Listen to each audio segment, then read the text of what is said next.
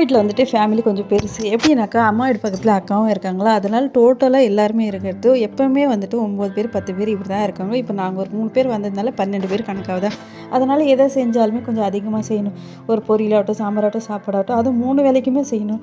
அது எவ்வளோ பெரிய கஷ்டம். எனக்கெல்லாம் காலையில் நைட்டுக்கு செய்யறதுக்கே என்னால் முடியல. ஒவ்வொரு வாட்டி நான் நினைப்பேன், பெரிய பெரிய குடும்பத்துக்கெல்லாம் வாக்கப்பட்டு போதுங்களே, அந்த பொண்ணுங்களெல்லாம் பார்த்தா ரொம்பவே பாவமாக இருக்குது. அதுலேயே 10 பேர் 13 பேர் இருக்கும் போது வந்துட்டு சப்பாத்தி பூரி செய்யறது ரொம்பவே கஷ்டம். ஏன்னா 2 பேருக்கு செஞ்சு செஞ்சு பழக்கிட்டு ரொம்ப பேருக்கு செய்யறதுக்கே முடியல. இன்றைக்கி சப்பாத்தி செஞ்சுருக்க மாட்டேன். நான் மோஸ்ட்லி மத்தியானம் சாப்பாடுக்கு தான் செஞ்சேன். பட் காலையில் 11 மணிக்கு ஸ்டார்ட் பண்ணோம். முடிச்சது பார்த்திங்கன்னா 3 மணிக்கு மேலே தான் எல்லாருமே சாப்பிட்டுட்டு இருந்தாங்க.